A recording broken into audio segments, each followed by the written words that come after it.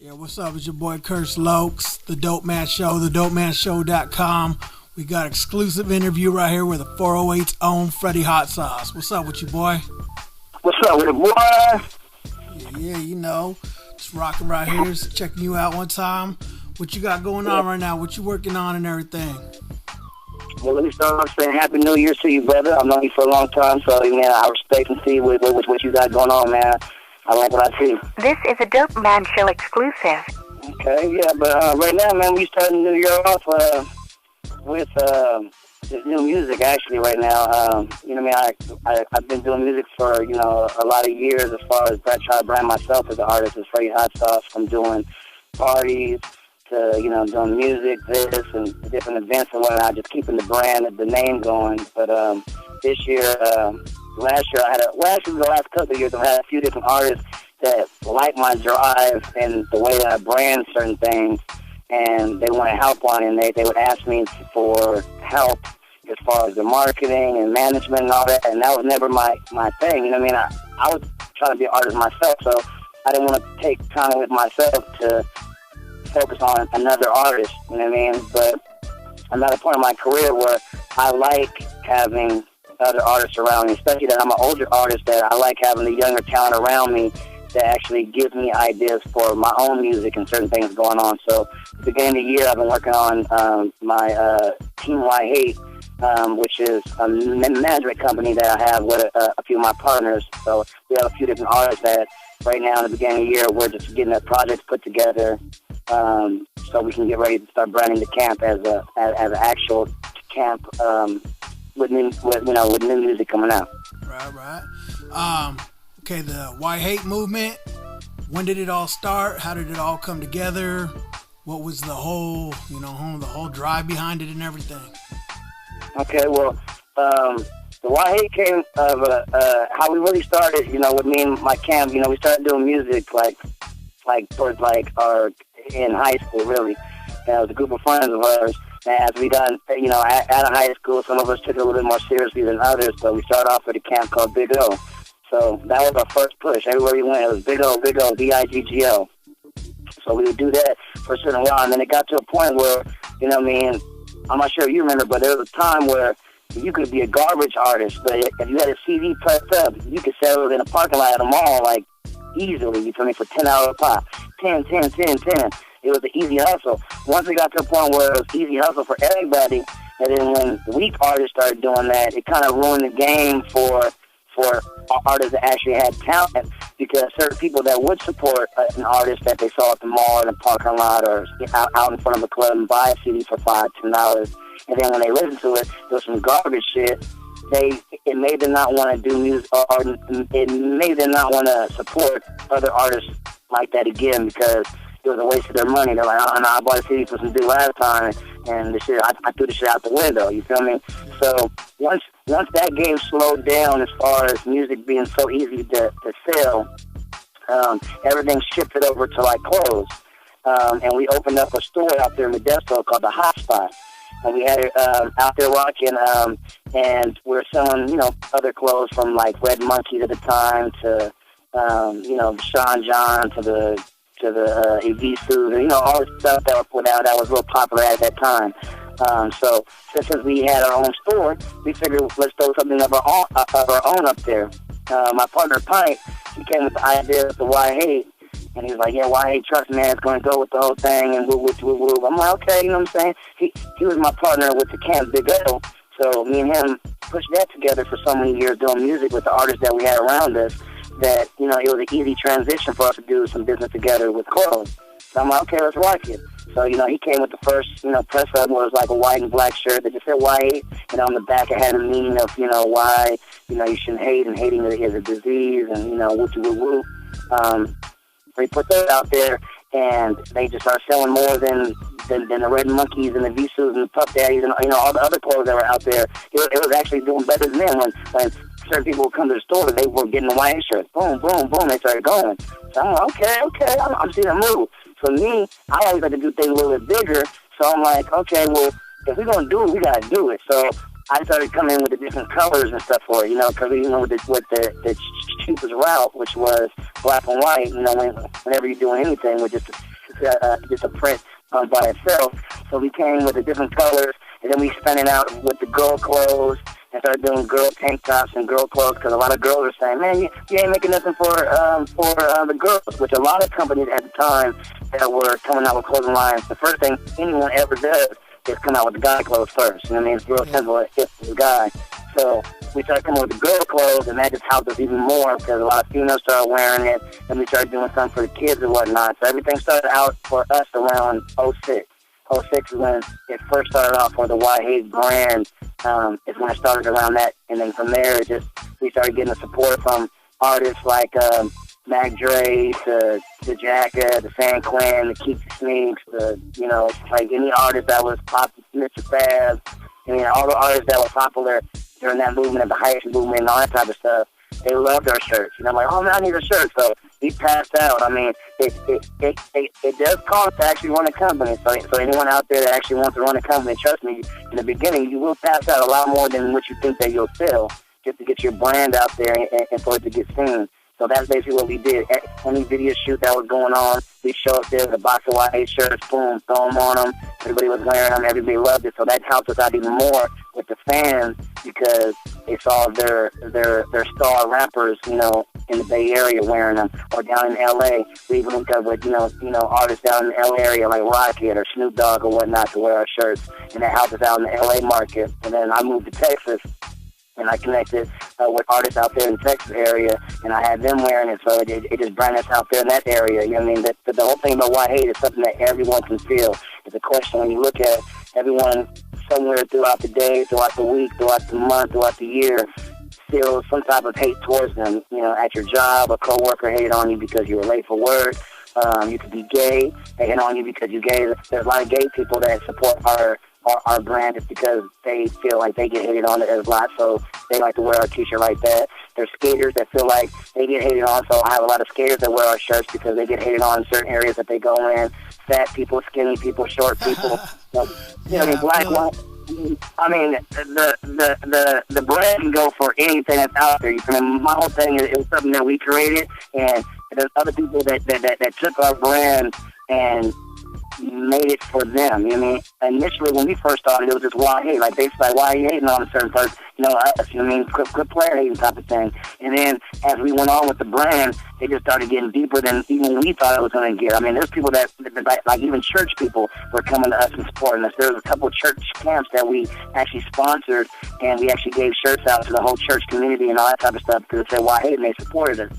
So, other people started taking the brand and using it for their own thing that they had going on that they felt like it got hated on. So as time went on, it actually opened our eyes. I know it opened my eyes as far as what we were doing. There was an actual purpose that we were doing, you feel me, which makes it a little bit better. Our whole thing was we have a clothing line with a purpose, not just style. Styles come and go, but why hate wasn't something that can just fade away, because hate's always going to be here, so it's not a style that can come and go, oh yeah, why hate was popular back then. No, why hate will always be popular, because there'll always be hate that people will have to question. That's true. Oh, Freddie's everywhere. We know you've been throwing shows, these parties out here in the 408 South Bay area for many moons now. I mean, and you've been in this music shit for a hella long. I mean, as far as the 408 situation is, what do you think it's going to take for someone to really get to that next level, or just from what you've seen and everything, as far as the game out here goes? As far as the 408 goes, I think what kind of threw us for a loop was just the 408. Like, in the very beginning, it's always going to be an uphill battle for a 408 artist. I think now it's a little bit easier because there's been actual talent that's come out here, and certain artists that's actually brand and push to make it easier for a lot of these younger artists that they don't even know that half of the older artists actually put the work in for them to make it even easy for them. In the very beginning, like me being from the 408, I have to admit, a majority of people have to admit, a lot of 408 music was pretty much like it wasn't that good. You feel me? Compared to Oakland at the time, they have MC Hammers and Too Shorts, and they had their E40s and the Master P's, and the East Bay, all that area. They had super talent, and the San Jose area was a lot of gangster music. You had Seven Trees or the Seven Goon Squad. Everything was so like a lot of artists were pushing San Jose so hard in their music that it kind of like that they lost focus of actually just making good music. So you can hear the difference in music when it came to 408 music. And then it got to a point where I think people in the 408 try to adapt too much to other areas like Frisco and Oakland with their music because it was heavily influenced by like the hyphy movement and all that type of stuff. And that's not really, that's not really our get down. You feel me? We from the 408, we sharks. You feel me? Sharks stay real low, and then you know what I'm saying, we really have to come out, we come out and bite. So we don't really, hopping on cars. When I saw like a lot of people at the 408 hopping on cars, ghost riding, doing things that's not really our culture out here. You feel me? But they kind of adapted to it because it's the Bay Area, and you say the Bay Area, and it's such a broad name when you say Bay Area, but, this is the South Bay. We acted a little different, you feel me? So I think the music kind of changed around that time, and, you got Travis Million, he got his name popping, but he was doing a lot of that sound, so a lot of the hype movement sound was really a 408 sound, because it was a 408 artist that was really making the production for a lot of these artists along with the hype movement. It was being produced by a 408 producer. So that sound was coming from out here, and that kind of made other artists from out here adapt to that type of sound and actually try to fit in almost.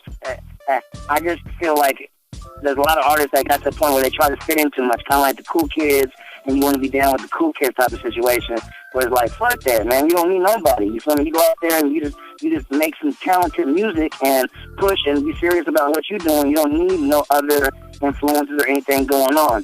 So as time's going on to where it is right now, I see there's full-on talent. You feel me? Not just San Jose talent. They from San Jose, but just out here that you can listen to, and you don't know where they're from. Those are the artists that I like to listen to. I don't care what city you're from, just in general. If you have good music, you could be from Los Gatos for all I care. If it slaps, it slaps. Like, okay, I like the song. You feel me? Just in general. So the talent that I'm seeing now in the 408, there's a broad, you feel me? There's a sound that is not just 408 sound. It's a California sound. It's the sound. You got the Drew Deezys that's doing really popular right now. I mean, that's my boost, and he has a thing going right now with the poly movement, and I work with him heavily with 454. And I mean, we getting money, over there. I mean, I never thought there would be a day. And I mean, I grew up with him, since we were kids. So to a point that we're older now, and I'm seeing my partner making $5,000, $7,000, $10,000 a show. I mean, not saying I never thought that was going to happen, but it was just like, it's amazing just seeing that our dreams are finally coming true on that. So just seeing that somebody from our area is actually, seeing the world right now. You feel me? That they created something that they got going right now, and it's good. It's really good music. Then you got people like City Sean, which is a youngster right now. He's phenomenal. You feel me? I mean, I hear people from the East Bay, Frisco, LA area tell me like, man, that boy City Sean is the truth. You feel me? He's a dope artist in the MP Hood area. He's just super, super talented. And then you got artists like D-Boy Livin', which is like a Simone artist. He's a youngster, but his hook game and his little singing pattern and his rap game is just, it's just dope. You know what I mean? So I'm seeing these artists, and then you got like Outrageous Karina, which is a female, beautiful female at that. So she has a sex appeal already with the ass and the titties and shit. And then on top of that, she's hungry. When she go on there on stage, she be spitting bars. You feel me? I mean, harder than dudes. So when you see these artists, like when I'm seeing these artists as me being a little bit older than these younger artists, I just love seeing that. I mean, I see that it's evolved so much from where the music came from the 408 area in the very beginning a long time ago, back in the early 90s, compared to where it's at now. It's like, I mean, we got artists out here that are just can be signed. You feel me? Be on a big label and just make normal music. Not San Jose music, not Bay Area music, not even California music, but just music where that other people in other states can adapt to and listen to. So I just think we're in a good place right now as far as 408 music. Even producers, there's producers out here that I've been dealing with in the 408 that are just, they're off the hook. You know what I'm saying? So the talent is definitely here in the 408 area. And I do think that they've opened up the eyes in other areas like Frisco's Oakland, EPA, and other areas are hearing good music come out here, and they'll go and put it in their car and listen to it. You know, back in the day, there was no Oakland or Frisco artists beating out anybody from San Jose, slapping in their car. Hell no. Now, you feel me, I'll catch somebody from, you know, Oakland or Frisco or anywhere else, you know, beating out some Drew or some City or some D-Boy or shit, my shit, or anybody else, you know what I mean? I see them doing it now, and it's not looked at as a, oh, man, you listen to that San Jose shit. It's looked at as, man, what, you don't know about this dude? You feel me? I mean, he's rocking right now, you feel me? So I do think it's, we're in a good place when it comes to the 408. I don't even think the youngsters realize how much easier it is for them compared to the ones that paved the way. I mean, there was a youngster that I was talking to a couple of days ago in the studio, and he didn't know who he didn't know who Assassin was. And I was like, you don't know Assassin? I'm like, what? Like, to me, if you've been in 408 and you don't know who Assassin is, I just think that you just don't know your history of the music of your area. You feel me? Like, to me, and Assassin was never like, he's that old 408 music. So Assassin was never the dude that was lyrical, or, you know, his music wasn't really all that tight. Like I said, it was the 408 type of sound of rapping, you know what I'm saying? But he went hard, you feel me, back in the day. I mean, he was the first dude from the 408 that I saw have albums with Tupac on it, you know what I'm saying? U40, he did the Frisco, the San Jose with JT the Bigger Figure, and, you know what I'm saying? He was, you know what I mean? He was doing his thing from someone from the 408 area, you know, doing some things. And then now, he's moved on, and he's a DJ now. I mean, this guy has over like 1 million followers on Instagram and all type of stuff. So, I mean, he's still doing his thing in the music industry, but he's a DJ now, you feel me? And he's doing really well right now. But there's a lot of artists out here that never even heard of Assassin or even know who Assassin is. But he helped pave the way for a lot of artists as far as putting down for certain artists that came out here, you know what I mean? You know what I mean? So I just think if you know your history and see from the beginning to where it is right now, you can appreciate the situation that the 408 is in. Right on. That's real shit, though. Like, a lot of people don't go back and do their history. They just jump on board and just try to take it from there, you know? But yeah, I'm gonna be the first guy from the 408 to really put us on with you. I'm like, man, there's been people that's been doing it for a long time. So you have to understand, even though artists that weren't even all the way super talented, it's not always about the talent of the music. It's about the actual push. You feel me? These guys actually push. So when you came along and you were a little bit better than them, and you push, and then somebody else comes along and they're a little bit better than you, and they push. By the time you get to the last person, he's super dope. He's seasoned and he's going. But he has to understand that there's people that are doing it and pushing for his area. You know what I mean? For a minute. You know what I mean? To make things pop off. You know what I mean? So you have to. I mean, me being in a situation where I'm not, you know, too old and not too young, or I'm like in the middle where it's like I remember that stuff, and I see the young talent now, and I actually accept that young talent. You know what I mean? There's a lot of older artists that have their little shine and they have their position going on, and they don't really want to come back and put their hand out and reach and help. You know what I mean? The talent that's coming up. You know what I mean? Because they want to, you know, they're scared of losing that spotlight or whatever. Me, I've never been there. That's all I promote to my team, or I preach to my team, is that, you know, it's Team Y8. You know what I mean? We're not with the Y8 gang. We're not the Y8 posse. We're not the Y8 whatever, you know, other people crazy stuff. We are a team, and if you don't work as a team, it's never going to work. That's what I tell all of them. I mean, I don't care how much talent you have. Those days of you just being a dope artist, and you got super bars, and you think you look cute, and girls are on you and all that type of shit, that don't matter anymore. You feel, back in the day, the industry and the labels were grabbing certain artists that had a certain look to them and a talent, and they can make them into a star. Now there's so many rappers and so many people doing it. Now it takes a team. It don't matter. You could be the dopest dude on earth and have your CD, and you be out there on the block trying to sell your CD. It's going to take you a long time to get where you want to get, unless you have an actual solid team and everybody's working together. So as long as you can't lose. Okay. So you know, you like you say, you got the Y8 movement going on, still pushing tough with that. I mean, you know, I see you on all the Instagrams and the Twitters, everything. You got your whole line coming out with different types of gear and everything for the, you know, for the women, for the guys and everything. What's the next move with Y8? the next right here, we're getting, I got some new graphic designers that I'm working with right now, so they're working on some new stuff for the spring and for the summertime right now, as far as tank tops and shorts, and we got some bikini things and a couple other things that people have ideas for, and I have some good investors right now that want to work with us. So that right there is what we're gearing up for as far as like the clothes side of it. And then as far as Team White Hate, we, like I said, I'm working with these certain artists right now that, like, the D-Boy, I got stuttering problems, boss, so I'm a stutter.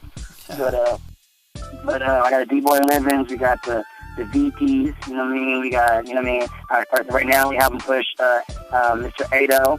He's a dope artist. If you know about anything in the 408, this guy right here is going to take he's going to take the California by storm. He's a really, really dope artist. He's coming straight from the 408, straight from the east side. His name is Ado. He has a new project right now that's out right now called Hello. And it's really, really good, man. So, if you just like good music in general, he's definitely an artist. And don't look at him as just a Samoan artist or put him in a category like that. He's just a dope artist in general. So, we helping him out. There's a girl named Malia, she's Samoan as well. She can sing. She's a beautiful voice, There's a producer named Incase that we're pushing right now. I'm helping brand producers. Producers are like artists as well, so they, everybody wants to feel that shine, when they are in this industry. Somehow, some way, everybody wants to feel like they have a little stardom. So, I'm helping producers and artists around me, like Politics, one of the artists that we have. And, just certain artists that we have, I'm teaching them the thing about branding. There's a lot of artists that I've met over the time that used to trip off for certain things that I would do on branding myself. And, they will be more talent than I was, as far as their music. They have more albums than me, more music than me and everything, but I had more of a following than them. I had more of a pull than them when it comes to events or going out and all that type of stuff and things online and whatnot. So, certain people are good at certain type of things. So when I see an artist that I know that's super, super talented right now, and, he got a talent, he just doesn't know how to really organize it to where he can brand himself. That's the main thing about artists. That's why when you see artists that people consider not really good rappers, like the Waka Flockas or anybody out there that you think that really is not lyrically gifted, but they know how to brand themselves. Certain artists, they know how to brand themselves, where that's your brand almost is more important than your music. Now, how the industry is right now. Before it was the music, and the music was going to get you there. Now it's at a point now where you have to focus on your branding a lot more than your music, because your branding can get you in the movies and get you doing this, that, hosting parties, you're making money doing this, you're making money doing that. There's many different ways in this industry to make money. So, that's what we're doing as far as the Team White Hate, as far as our management. We're working on that, the production around with the music and new talent.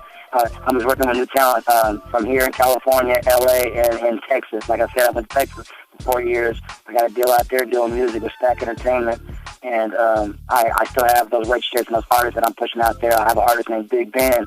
And he has a real big fan base out of Fort Worth. And he's talented. And I got a singer. His name is Natural.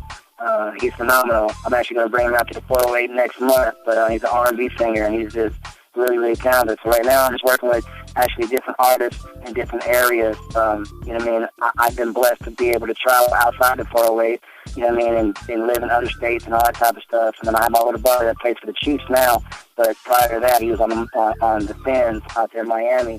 And so him being, in the NFL, and he's been able to meet other NFL players, obviously it opened up doors for me to meet investors, and it also opened up doors for me to go to certain events, meet other people, that I wouldn't have met before, and then, do business with them in some type of way. So I'm actually helping out with the Team White Hate. We actually are not just doing music right now. We're actually helping branding, certain players that are actually in the NFL right now.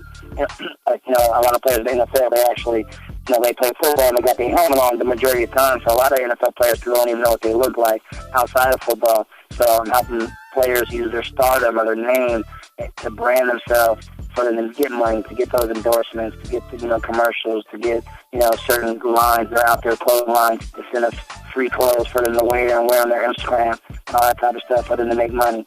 So that's basically what we're doing as far as the YA and the management with the music and everything, and entertainment, and with the branding. And of course, we'll switch that together with the shirts and, you know what I mean, the clothing and the entertainment go hand in hand with each other. So that's basically what I've been doing, boss, for that. And then we got a cannabis club that's opening up soon, called the Patient Group, off of there by Bay 111. So that's a big thing right there. You know, we just barely got the keys. You know, it's upstairs, downstairs. So it's gonna be dope, man. I'm just trying to work with that because that's a big thing right now in our industry, especially being in California, the cannabis.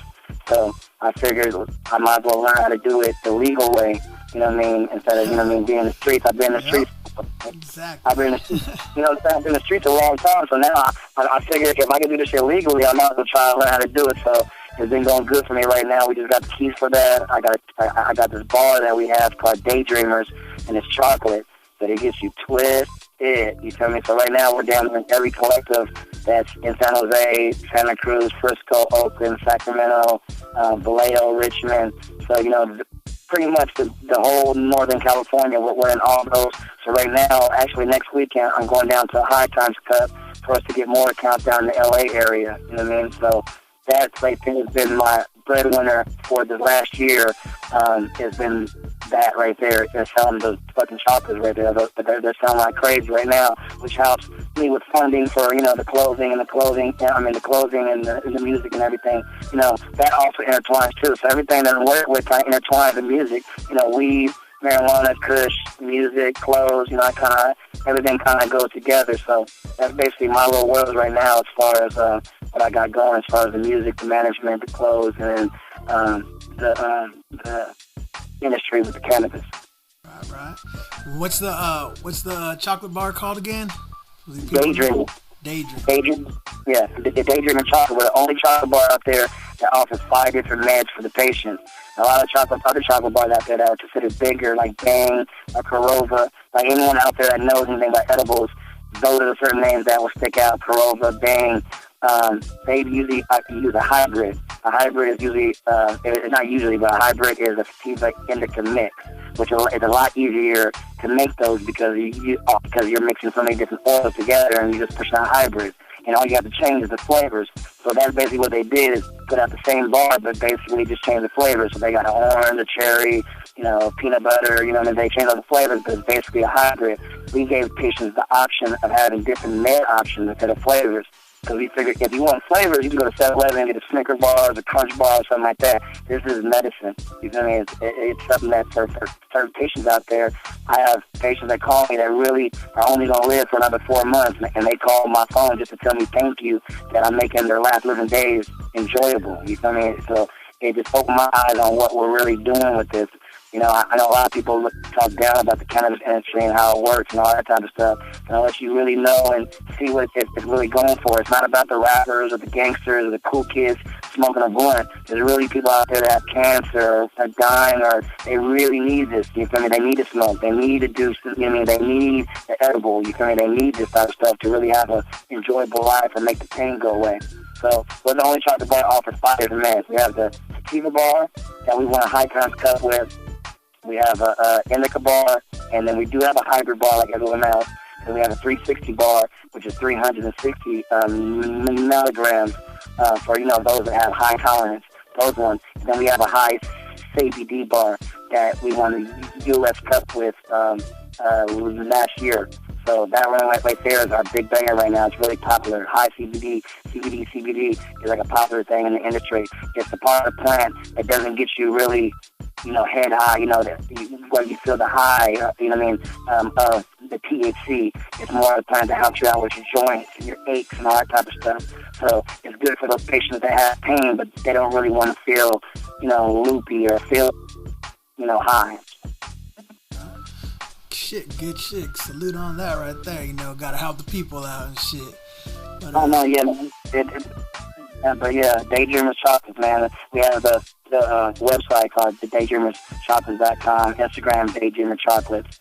You know what I mean? You'll see me on there, and then if you're following me, you know, on any of my sites, you know, I'm always talking about Daydreamers. And then maximize advantage of what I know about the clothing industry and everything else, and with the music regarding that. So, we have shirts and hats that say Daydreamers on it right now, and I'm helping with the brand, with the clothing line of Daydreamers to intertwine with the Why Hate. That's doing really well as well right now, as far as our hats and our shirts that are in the cannabis clubs right now.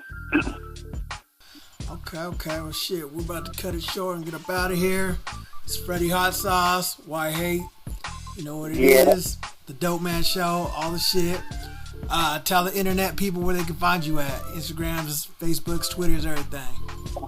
Okay. Well, shit, man. On Facebook, it's facebook.com/Superstar Smith.